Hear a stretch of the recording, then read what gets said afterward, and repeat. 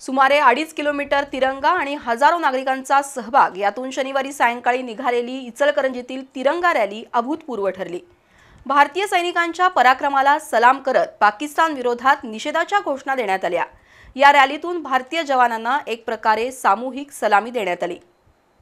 Operation सिंदूरच्या माध्यमातून भारतीय सैन्याने पाकिस्तानला सडेतोड उत्तर दिलंय। भारतीय जवानांबद्दल असलेला आदर आणि अभिमान व्यक्त करण्यासाठी शनिवारी सायंकाळी इचलकरंजीत तिरंगा एकता रॅली काढण्यात आली।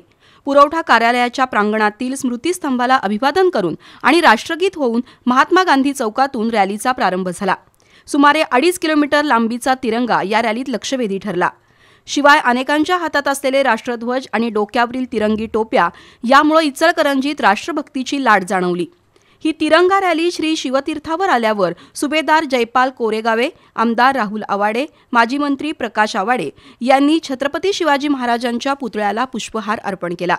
यावेळी पहलगाम हल्ल्यात मृत्युमुखी पडलेल्या पर्यटकांना आणि ऑपरेशन सिंदूरमधील शहीद जवानांना श्रद्धांजली वाहण्यात आली।